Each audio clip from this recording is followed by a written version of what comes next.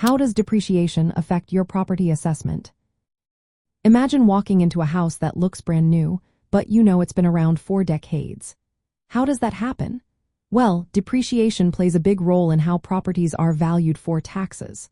When assessors evaluate a property, especially using the cost approach, they look at what it would cost to replace or reproduce the building today. But they don't just take that number at face value. They subtract depreciation to reflect the building's current condition.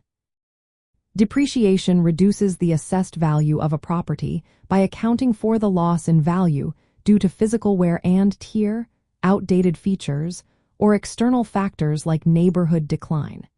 In the assessment process, assessors estimate how much the building has depreciated over time.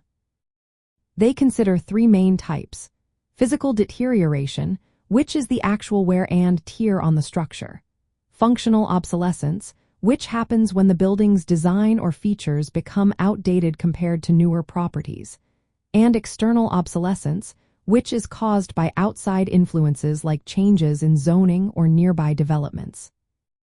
For example, if a building was originally worth $100,000 to replace, but it has aged and shows signs of wear, the assessor might apply a depreciation rate of 20%. That means the depreciated value used in the assessment would be $80,000. The land value is usually separated because land doesn't depreciate. The total assessed value combines the land value and the depreciated building value. This process helps ensure property assessments are fair and reflected the true condition of the property. Without accounting for depreciation, properties would seem more valuable than they really are, leading to higher property taxes. When depreciation is properly estimated, it keeps the assessment aligned with the property's current market value, which benefits both the property owner and the taxing authority. In practical terms, assessors use different methods to calculate depreciation, often based on the building's useful life. For example, if a building's expected life is 30 years and it has been in use for 15 years, about half of its depreciation might be applied. This calculation helps determine the current value for tax purposes.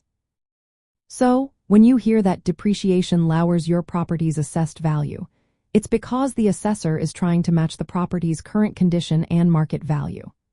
This means your property taxes are based on a realistic estimate of what your property is worth today, not what it was worth when it was brand new.